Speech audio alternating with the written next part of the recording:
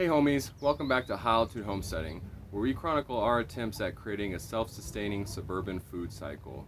I'm Rob, thanks for joining us today. In this video, we're going over 5 ways to cheaply supplement your chicken flock. This video was actually at the tail end of the video last week, the update garden video. So if you guys watched all that video last week, this might be a rerun for you. If you do make it to the end of this video though, we'll have one extra bonus tip at the end of this video that was not on the video last week. So without further ado, let's get at it. All right, we're here in the back and I want to show you guys the 5 things that we do to supplement our chickens' diets to help them stay healthy. I'm actually going to start at number 1 instead of number 5 and count down that way. All right, so the number 1 thing that we supplement our chickens' diets with is black oil sunflower seeds. So black oil sunflower seeds are a lot higher in good fatty oils, which is important for chickens at high altitudes or if you live somewhere cold, because what the oils will do in the winter for the chickens is they will actually convert those oils into energy, which will provide warmth for them. Another reason we choose black oil sunflower seeds is because of the protein content in them. So they actually have a higher protein content than other sunflower seeds, about 26% protein content. So that helps the chickens out a lot with their protein. Another reason is black oil sunflower seeds are really cheap. So I think this is a 65 or 70 pound bag that I got online, and I think I got it for maybe 50, 60 bucks, something like that. And this is what I use. I just scoop out about this much every day and I just throw them to them. I'll show you guys in a sec. I just throw them to them as a treat and they eat them up. They love them. So super cheap, widely available. You can get them online. You can get them at a lot of nurseries or pet food stores because they're actually used for bird feed, like wild bird feed a lot. So you can find them there also. Just make sure they're organic and they come from a good source and everything like that. Another reason why we feed black oil sunflower seeds is they contain a lot of methionine. I'm probably not pronouncing that correctly, but it's a amino acid that is important to chickens for them to develop properly and to produce eggs at an optimum level. And the last reason is they contain a lot of extra vitamins and minerals when compared to regular sunflower seeds, especially vitamin E, which again is very important for chickens in their development and egg production. All right, so black oil sunflower seeds is the number 1 thing that I would recommend to anybody trying to cheaply supplement your chicken flock and keep them healthy. Okay, so the second thing that I would recommend to people when you're trying to cheaply supplement your chicken feed is a calcium supplement. So actually I have 2 choices here. We use both. We use oyster shell, which we buy from the store. This is pretty cheap. It's probably like $9 for this bag, and this lasts us a long time because you don't really need to give a lot of this stuff. It gives you the measurements on the back, but you just want to give them a little bit. Either you can add it to their food, or you can just give it to them in a bowl separately. We just give it to them in their food. We mix it in their food. The other thing you can use for a calcium supplement is eggshells. So if you just keep the chicken's eggshells, and basically what you're going to do is you're going to bake these to get off any bacteria or anything like that, and then you're going to grind them up.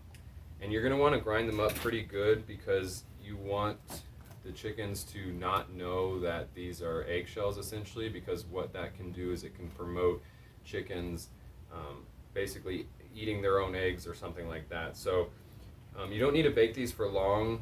Really, if you just turn on your oven and let it heat up to about 300, 350 and then turn it off and then throw these in on a cookie sheet or something like that, let them bake for maybe 10 or 15 minutes till the stove gets cool. So if you just wait for the stove to get cool and then you just take them out, they'll be a little brown and they'll be a little baked, and then you just want to use a blender or something like that to blend these up into a nice fine powder.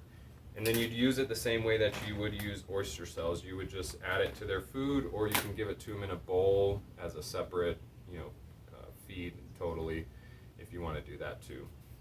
So that's the second thing that I would recommend people if they're trying to supplement their chicken flock on the cheap. You need to do a calcium supplement. So you can either do oyster shells, which is pretty cheap for the chickens, or even cheaper if you just keep their eggshells, bake them, grind them up and then give them back to them. That will give them the necessary calcium that they need in their diets. All right, so the third thing that I would recommend to everybody who is trying to supplement their chicken flock on the cheap are weeds. So basically just weeds in general. We have a couple different weeds that chickens enjoy, from purslane to pigweed to lamb's quarters, to one called curly dock, wild lettuce. Basically they will eat a lot of different weeds, and they do like them. So there's a couple things that chickens don't enjoy, at least in Colorado specifically, like thistles and a weed called cochina, which is basically like a succulent weed kind of. They don't really care for bindweed, vines and stuff like that. You can try different weeds. If you just pull them out of your garden, try to feed them to your chickens will eat what they like and eat what they don't like. And I haven't found anything that harms the chickens or anything like that yet. Again, third thing that I'd recommend to anyone trying to cheaply supplement their chicken flock is weeds. If you have weeds in your yard, allow the chickens to get out there and eat what they want to eat, or you can just pick the weeds. That's what we kind of do here. I just pick them and I throw them over the fence, and the chickens get at them and eat what they want. So I'm here in the greenhouse to show you guys the fourth thing that I would recommend to anybody trying to supplement their chicken flock on the cheap.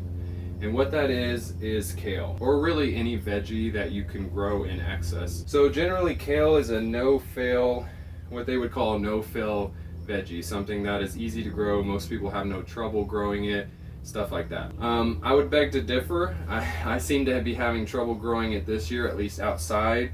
Here in the greenhouse it seems to be doing a little bit better, but out in the boxes the kale is not doing as good as it usually does. Be that as it may, I would still say that kale is one of the best things you can grow to supplement your chickens, and there's a couple reasons for that. The main reason is that kale is actually really high in calcium. So calcium is really important for your chickens, like we talked about with the oyster shells and the egg shells. Getting your chickens enough calcium is one of the most important things you can do for their egg production. So kale helps with that. It's high in calcium, it's high in, at least comparable to other veggies, it's high in calcium. Obviously compared to other things, it's not. But relatively speaking, it's high in calcium, it's high in other vitamins and nutrients that chickens need. And again, it's a veggie that's generally easy to grow for most people, and that most people can grow in excess. So we grow a lot of excess lettuce just everywhere. We grow a lot of excess herbs like this basil and stuff like that. Any veggie or herb or anything like that is generally going to be good for your chicken, and it's going to be a good cheap way that you can supplement them if you can grow it cheaply.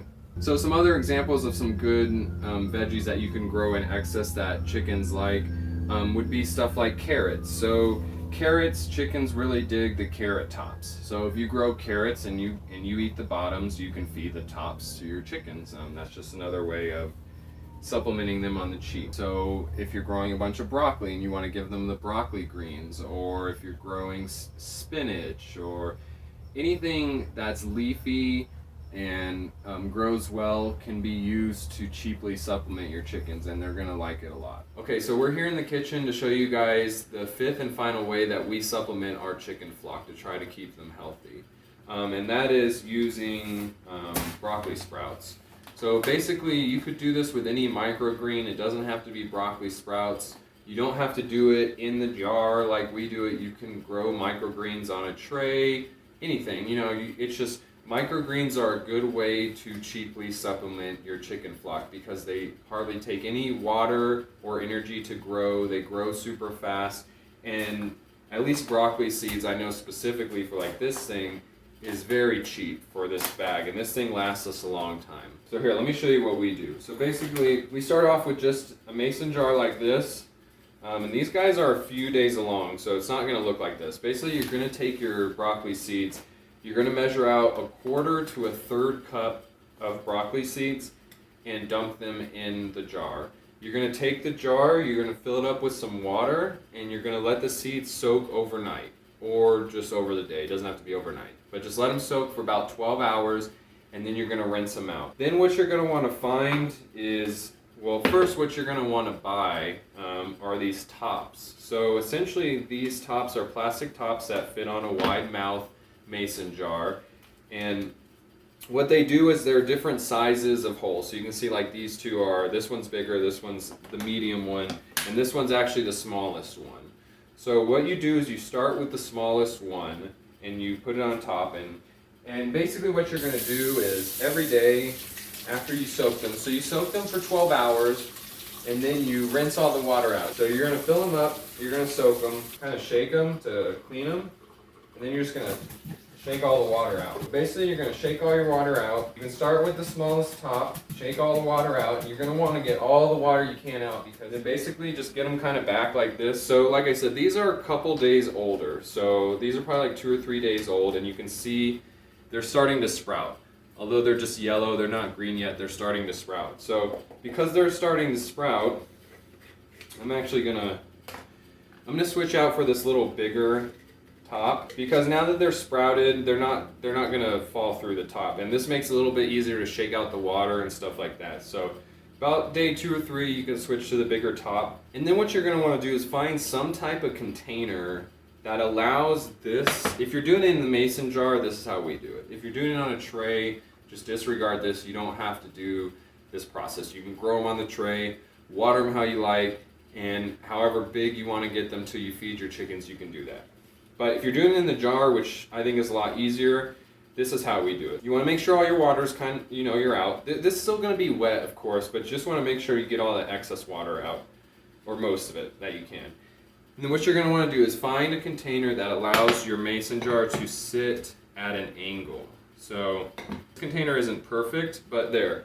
So you want it to kind of sit at an angle, and so that way over the day, so yeah, like I said, this one's not perfect. It was a little bit wider. It could sit kind of more at an angle, but you want it to sit at an angle, and that way the water drains throughout the day, and that will give you even less of a chance of having any problems with E. coli or anything like that. And then, just every day when you rinse this out, dump your water out, and then basically I just put it right here so it can get a little light from this window. It doesn't need a ton of light or anything like that. You can set it almost anywhere. And generally, your seeds will turn to microgreens within 4 to 5 days. Like I said, this is about day 2 or 3. I'm going to let this go another day, let them sprout a little bit more.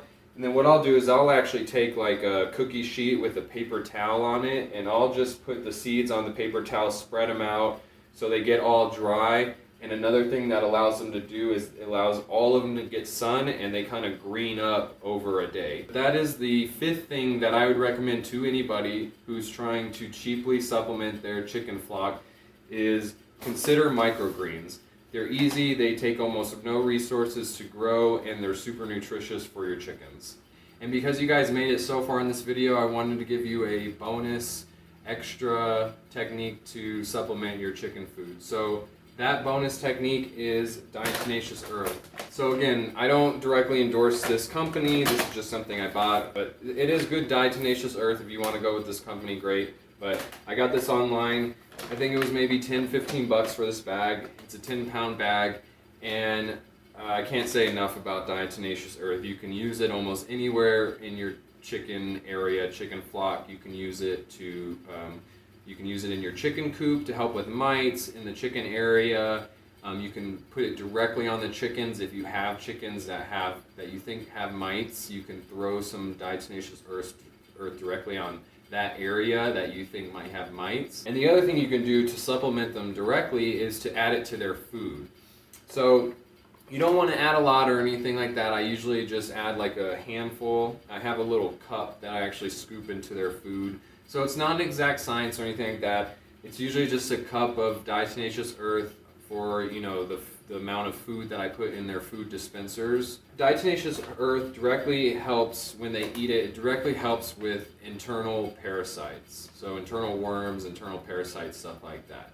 So it's just another cheap, easy way that you guys can supplement your chicken flock on a daily basis to help them stay healthy and to help keep away all the bad things like parasites and worms. That's all we have for today. I want to thank you again for joining us here on High Altitude Homesteading. Please, if you are enjoying these videos and you haven't subscribed, please click the subscribe button below. And if you guys have any questions or comments or anything like that, as always, please leave those below and I'll try to get back to you on that. Again, thanks for joining us here on High Altitude Homesteading. I'm Rob. Catch you on the flip side.